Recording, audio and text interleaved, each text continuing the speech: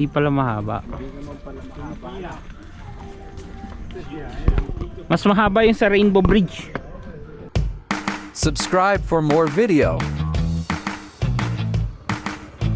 Starting in 3, 2, 1.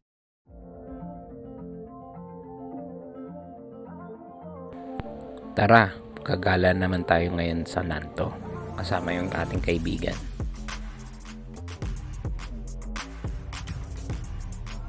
Dito pala sila nagdo-dorm.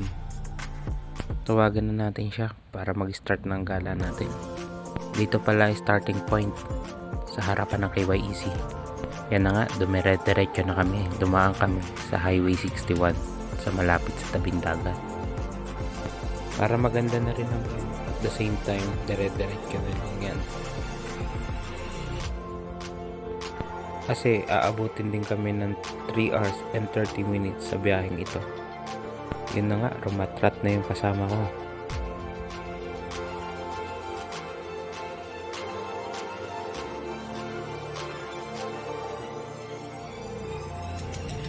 Kagandahan dito sa kalsadang to, may area na may flyover, kaya hindi ganun kainit.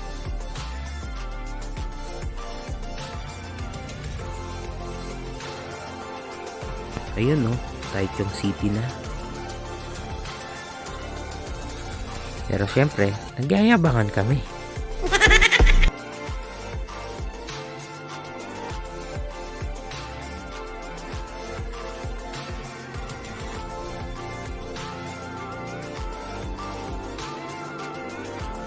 Yun na nga, nagkamali. Dapat pala sa taas. Kaya yun, iikot ulit.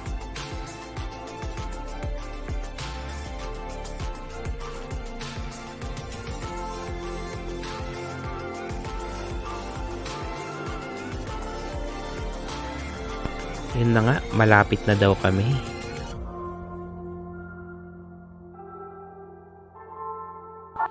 Dire-diretso na yung pag-akyat dyan. Yun no, yapos na yapos.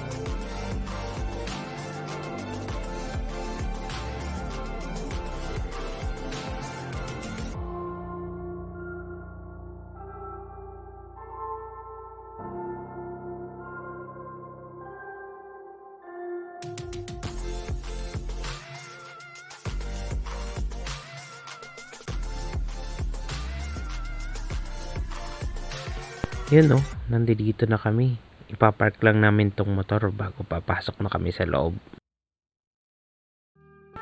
Simula pala dun sa parking lot na pinuntahan namin, halos maglalakad ka lang ng 3 minuto. 50 din lang pala ang entrance dito.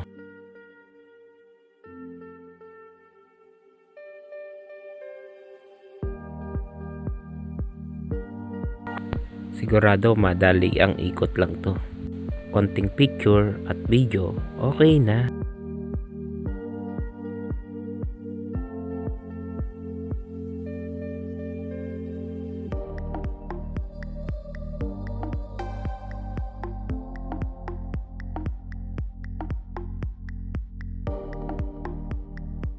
Hindi rin kasi kalakihan yung lugar at yung bridge hindi rin ganong kahaba. Kaya madali nyo lang may ikot to, pero sulit na sulit. Kasi may kita nyo yung lugar ng Taichung.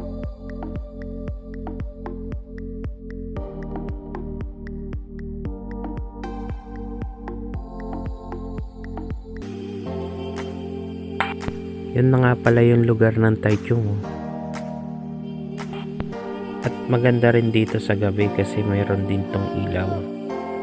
Kaya kung malapit lang to sa lugar nyo, advice ko, gabi kayo pumunta para mas maganda. Meron din pala silang mini park para makakapagpa-picture yung mga mag-couple bago mahihilig sa mga bulaklak. Diyan na din ang bilihan ng souvenir.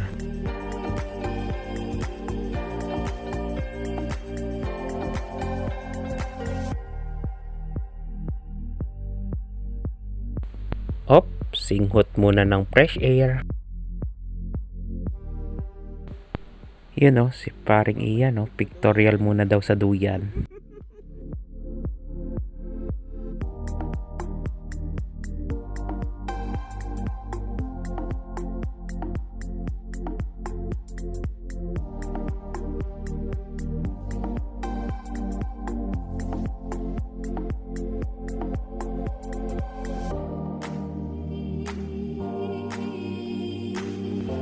Marami palang mga monkey dati dito.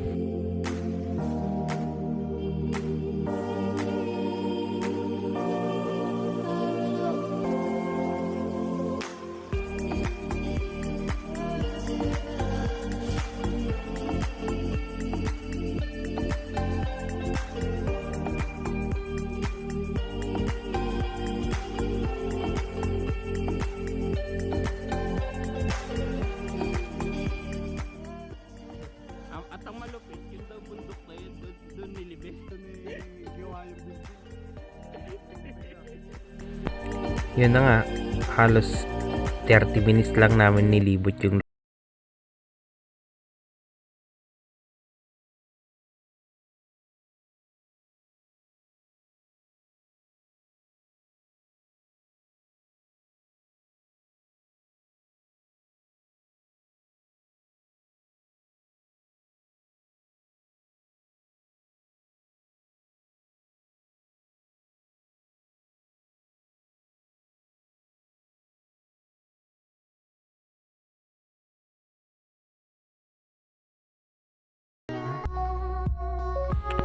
Yun na nga, halos walang oras din kami nag-drive.